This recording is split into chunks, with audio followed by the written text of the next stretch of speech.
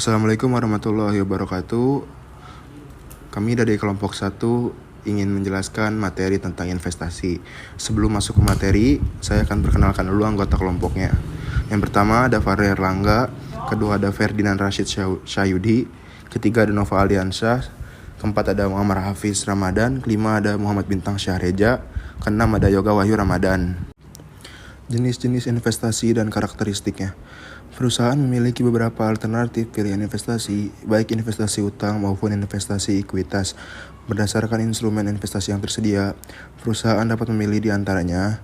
A. Investasi uang. Karakteristik utama dari instrumen utang adalah pembayaran bunga yang bersifat tetap dan memiliki waktu jatuh tempo.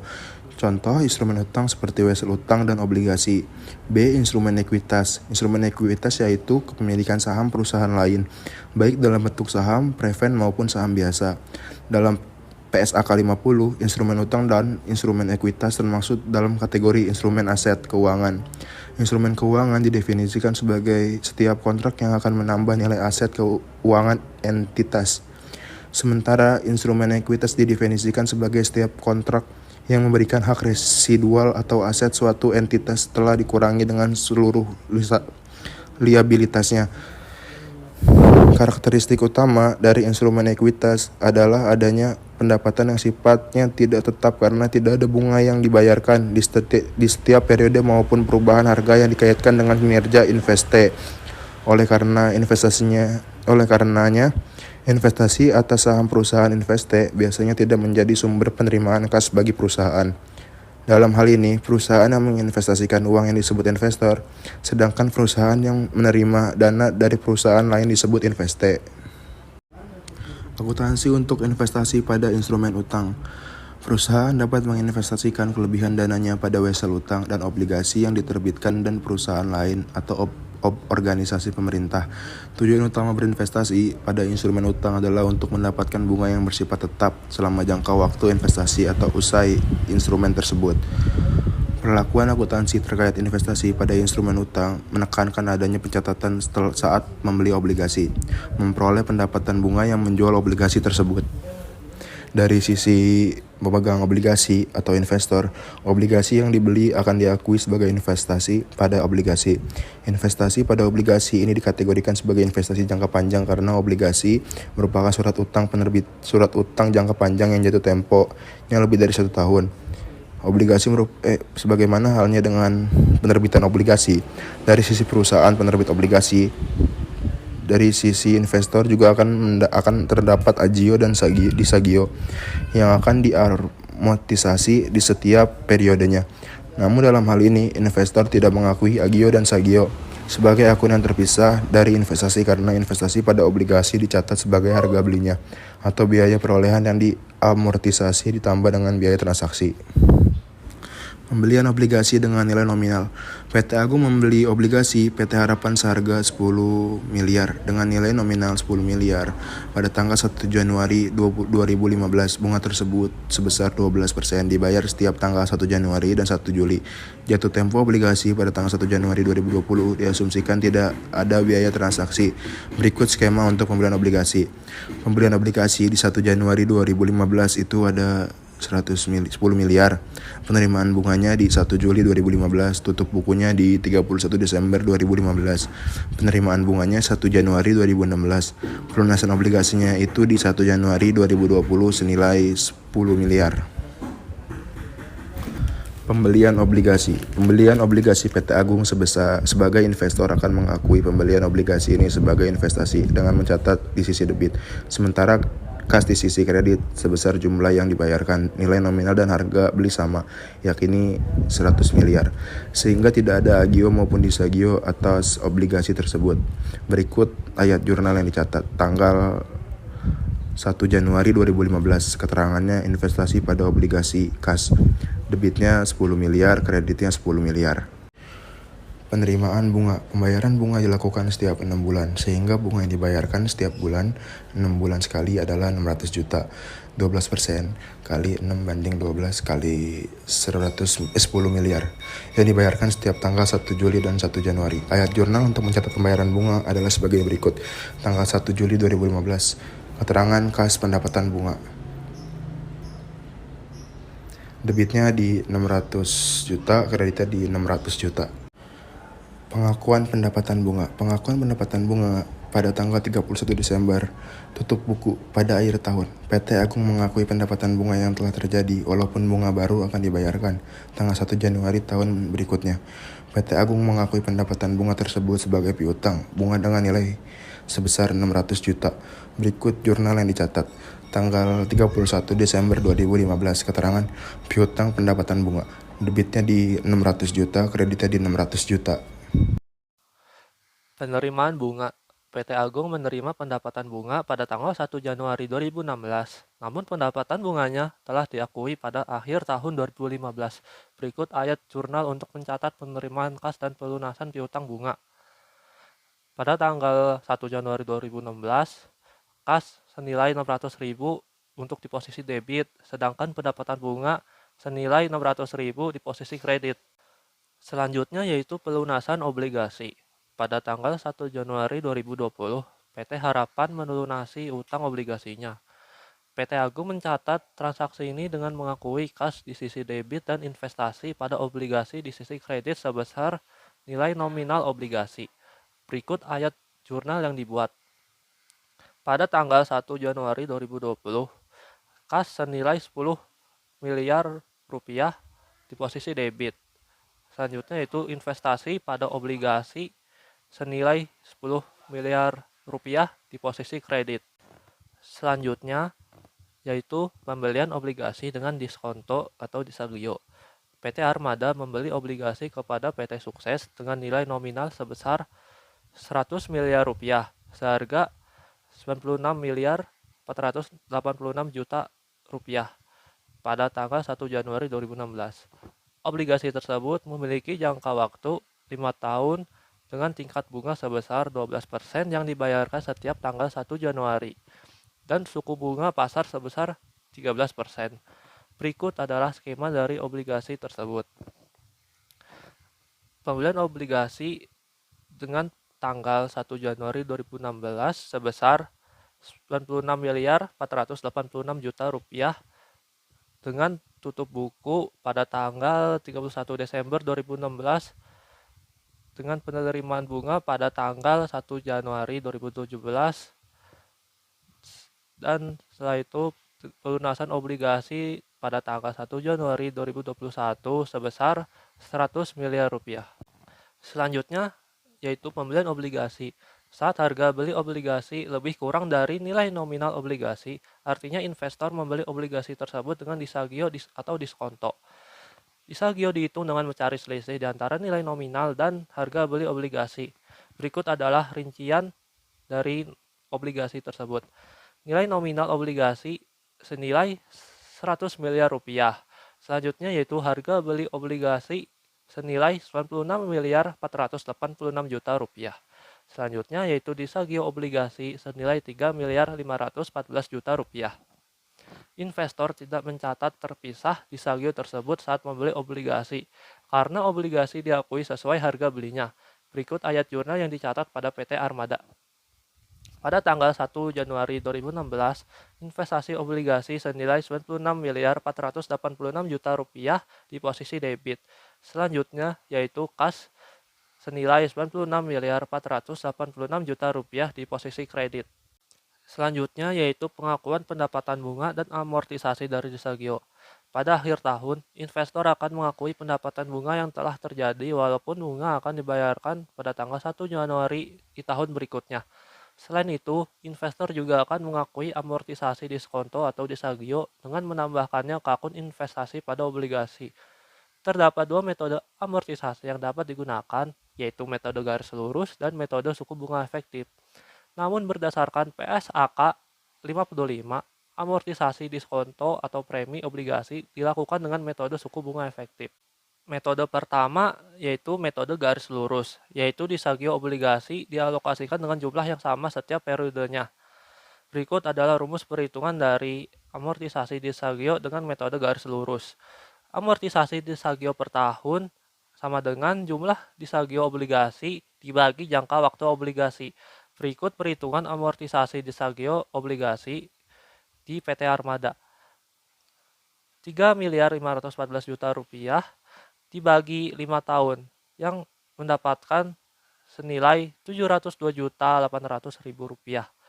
Berikutnya yaitu total beban bunga yang diakui pada akhir tahun adalah pendapatan bunga sama dengan 12 miliar rupiah ditambah 702 juta 800 ribu rupiah mendapatkan hasil senilai 12 miliar 702 juta 800 ribu rupiah. Berikut ayat jurnal untuk mengakui pendapatan bunga yang belum diterima dan mencatat amortisasi di saldo obligasi yang ditambahkan ke akun investasi pada obligasi jika menggunakan metode garis lurus. Pada tanggal 31 Desember 2016, piutang bunga senilai 12 miliar rupiah di posisi debit. Selanjutnya yaitu investasi pada obligasi senilai 702 juta 800 ribu rupiah di posisi debit. Selanjutnya yaitu pendapatan bunga senilai 12 miliar 702 juta 800 ribu rupiah di posisi kredit. Lalu pada metode suku bunga efektif, dengan cara perhitungan yang sama, berikut tabel amortisasi di saldo obligasi dan nilai buku obligasi PT Armada. Nilai ini akan diamortisasi seluruhnya pada periode berikutnya, sehingga nilai obligasi saat jatuh tempo sama dengan nilai nominal obligasi. Pada akhir tahun, PT Armada mengakui pendapatan bunga yang telah terjadi selama tahun 2016 sebagai piutang bunga yang akan diterima pembayarannya pada tanggal 1 Januari 2017. Amortisasi Desa Gio sendiri dicatat sebagai penimbang nilai investasi pada obligasi. Berikut ayat jurnal yang dicatat PT Armada.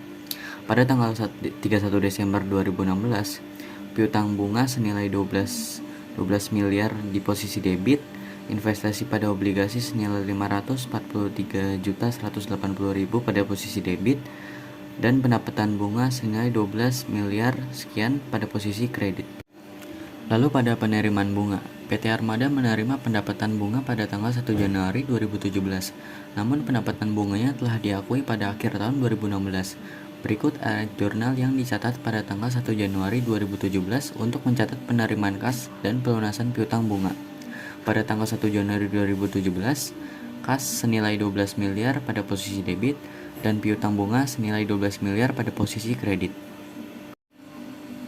Lalu pada pelunasan obligasi, pada tanggal 1 Januari 2021, PT Armada menerima pelunasan obligasi dari PT Sukses dengan mencatat kas di sisi debit dan investasi pada obligasi di sisi kredit sebesar nominal obligasi.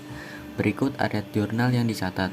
Pada tanggal 1 Januari 2021, kas senilai 100 miliar pada posisi debit, investasi pada obligasi senilai 100 miliar pada posisi kredit. Selanjutnya pada pembelian obligasi dengan premi atau agio. Pada tanggal 1 Januari 2015, PT Golden membeli obligasi PT Jago dengan nilai nominal 100 miliar pada jangka waktu 5 tahun dan tingkat bunga 12% per tahun. Bunga dibayarkan setiap tanggal 1 Januari. Obligasi tersebut dijual dengan harga sekitar 107 miliar. Suku bunga pasar adalah 10% per tahun dan berikut skema dari obligasi tersebut. Pada pembelian obligasi yaitu tanggal 1 Januari 2015 senilai sekitar 107 miliar dan tutup buku pada tanggal 31 Desember 2015 dan penerimaan bunga pada tanggal 1 Januari 2016. Lalu pelunasan obligasi pada tanggal 1 Januari 2020 senilai 100 miliar rupiah.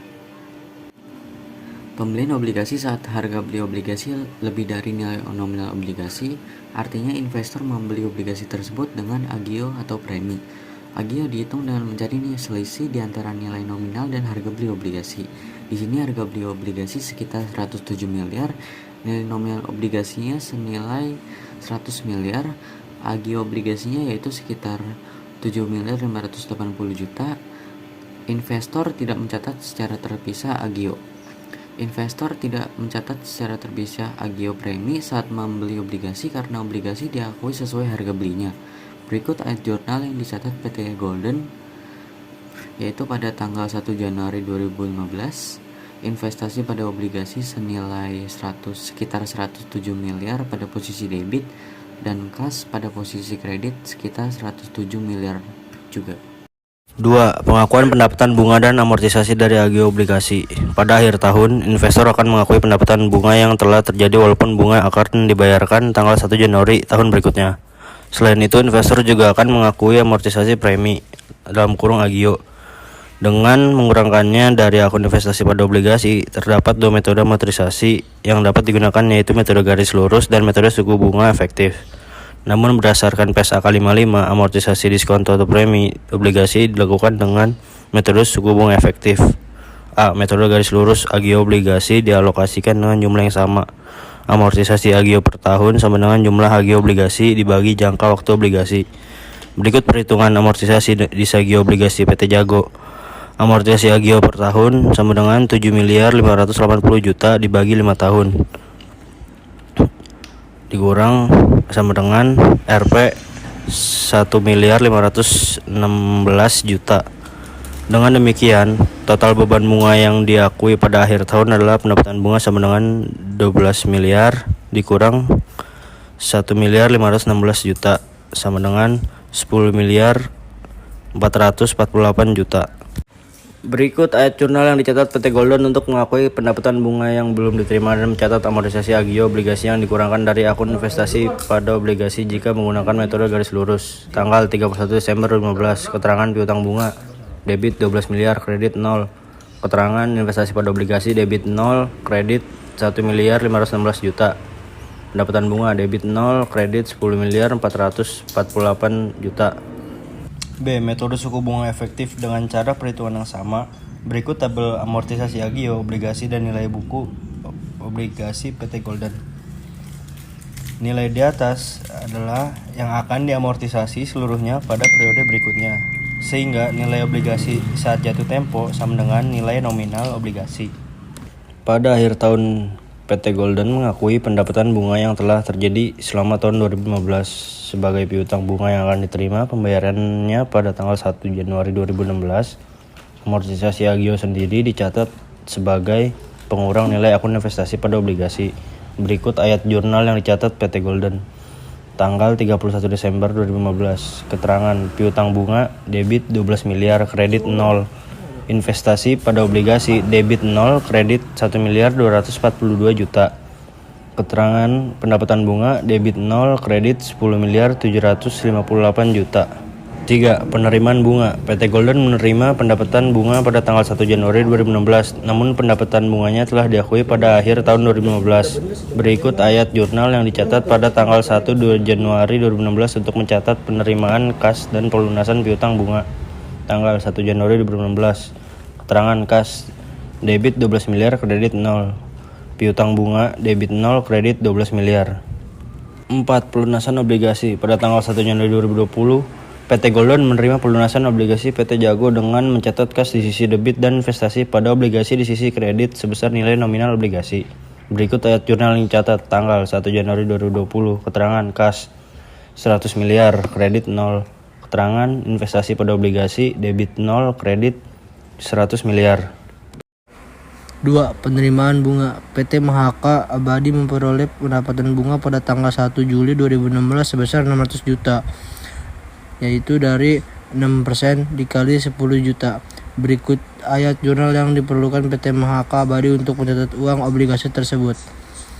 Pada tanggal 1 Juli 2016, kas 600 juta dimasukkan ke debit dan pendapatan bunga 600 juta dimasukkan ke kredit.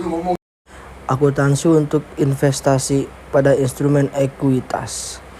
Perusahaan dapat berinvestasi dengan membeli kepemilikan saham perusahaan lain, baik saham preferred maupun saham biasa. Presentasi kepemilikan saham yang dimiliki suatu perusahaan atas perusahaan lain mempengaruhi pengendalian atas investe dan perlakuan akuntansi pada buku pembukuan investor. Berdasarkan presentasi kepemilikan tersebut, gambaran pengaruh dan pencatatan saham ditunjukkan pada tabel di bawah ini. Presentasi kepemilikan saham yang beredar oleh investor kurang dari 20% tidak memiliki pengaruh atas investe, dan metode akuntansinya yaitu metode biaya. Selanjutnya, presentasi kepemilikan saham yang beredar oleh investor 20% sampai dengan 50% memiliki pengaruh signifikan terhadap tingkat pengaruh atas investe. Metode akuntansinya yaitu metode ekuitas. Selanjutnya, persentase kepemilikan saham yang beredar oleh investor lebih dari 50% memiliki pengendalian atas investe, yaitu metode akuntansinya metode biaya atau nilai wajar atau metode ekuitas plus konsolidasi. Metode biaya digunakan untuk investasi saham yang nilainya kurang dari 20%. Dengan metode biaya, investor harus membuat jurnal pada saat pembeli saham, menerima dividen, dan menjual saham. 1. Pembelian saham. Pembelian saham entitas lain dicatat sebesar harga perolehan, termasuk biaya administrasi dan biaya pialang atau broker yang terkait. Investor mencatat pembelian ini dengan mendebit akun investasi pada entitas lain dan mengkredit akun kas. Contoh, pada tanggal 1 April 2017, PT Prima membeli saham PT Agung sebanyak 19.500 lembar. Total saham PT Agung yang beredar adalah 100.000 lembar. Dengan nilai pari sebesar 20.000 per lembar. PT Prima membayar sebesar 682.500 juta untuk PT Agung dan 17.500 untuk biaya palang atau broker.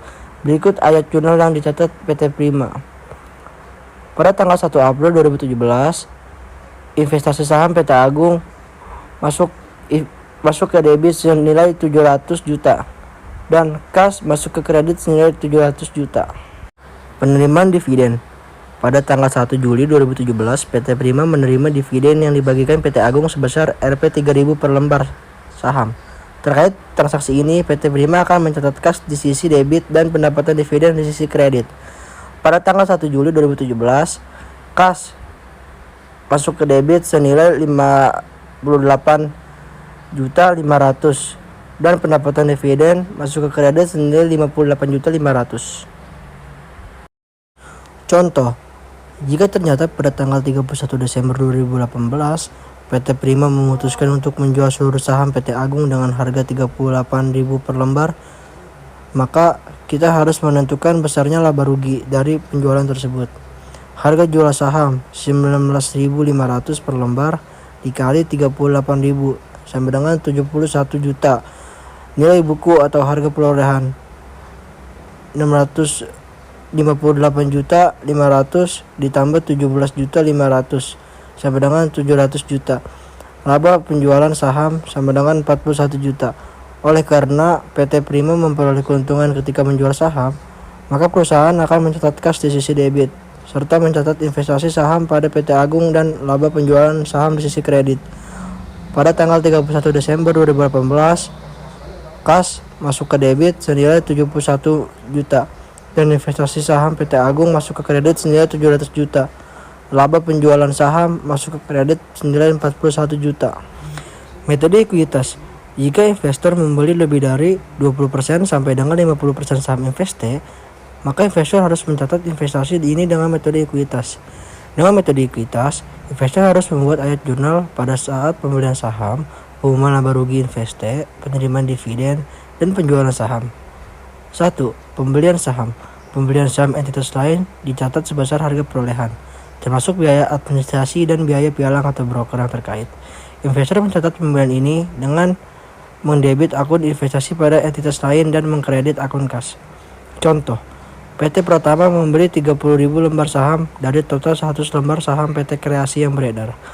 Pada tanggal 1 Juli 2016, nilai nominal saham pada PT Kreasi adalah 50.000 per lembar, sementara harga pasarnya adalah 65.000 per lembar. Terkait pembelian ini, PT Pratama harus membayar biaya atau pialang broker sebesar 50.000. Berikut ayat jurnal yang dicatat PT Pratama. Pada tanggal 1 April 2016, investasi saham PT Kreasi masuk ke debit senilai 2 miliar dan kas masuk ke kredit senilai 2 miliar. 2. Pengumuman laba rugi invest. Pada tanggal 31 Desember 2016, PT Kreasi mengumumkan laba neto sebesar 6 miliar rupiah. Dengan metode ekuitas, PT Pratama akan menyesuaikan nilai investasinya dengan mendebit investasi saham pada PT Kreasi dan mengkredit pendapatan dari PT Kreasi. Dalam hal ini, penambahan nilai investasi PT Pratama atas PT Kreasi adalah 1.800.000 juta rupiah per dalam kurung 30.000 per 100 lembar kali 6 miliar rupiah. Maka dalam jurnal ditulis tanggal 31 Desember 2016, keterangan investasi saham PT Kreasi masuk di kolom debit dengan harga 1.800.000.000 rupiah. Dan keterangan yang lainnya adalah pendapatan PT Kreasi yang masuk di kredit dengan harga 1.800.000.000 rupiah.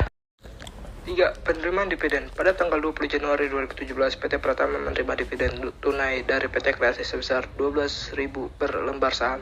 Dengan metode ekuitas, PT Pratama akan mencatat transaksi ini sebagai pengurang nilai investasinya dengan mendebit kas dan kredit investasi saham.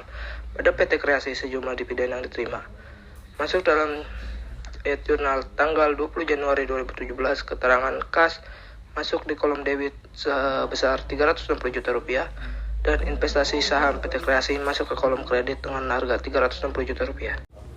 4. Penjualan saham. Penjualan saham dapat menyebabkan adanya laba atau rugi.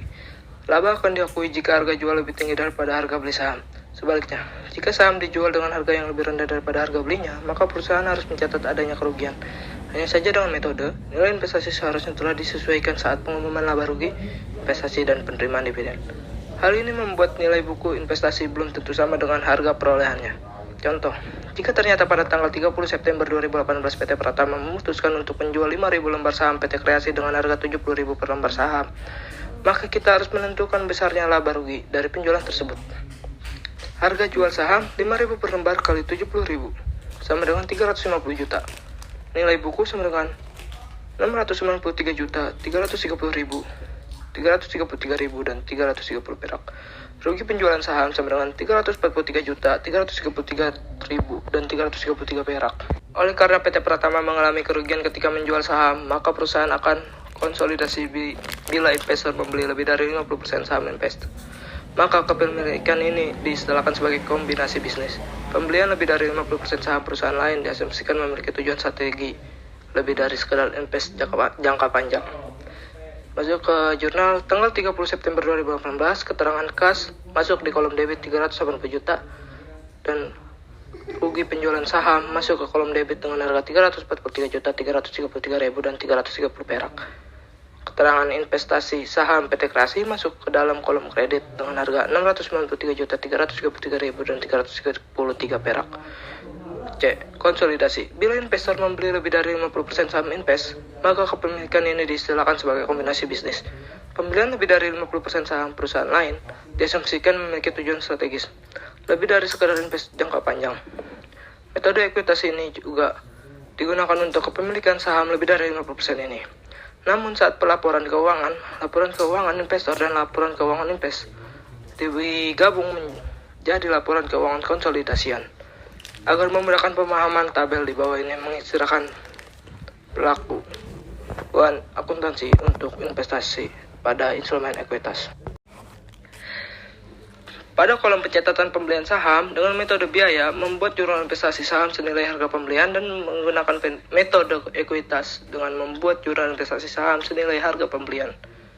Dan pada kolom pencatatan pengumuman laba rugi bersih invest, dengan metode biaya, yaitu tidak ada pencatatan, dan metode ekuitas dengan menyesuaikan nilai investasi laba neto akan meningkatkan nilai investasi, rugi neto akan menurunkan nilai investasi.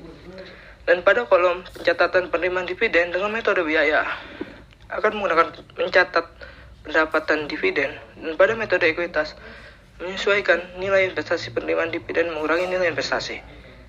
Dan pada kolom pencatatan penjualan saham dengan metode biaya menggunakan membuat jurnal pelepasan saham dan laba rugi terkait penjualan saham. Dan pada metode ekuitas menggunakan membuat jurnal pelepasan saham dan laba rugi terkait penjualan saham. Mungkin hanya sekian presentasi dari kelompok kami, kurang lebihnya mohon maaf. Wassalamualaikum warahmatullahi wabarakatuh.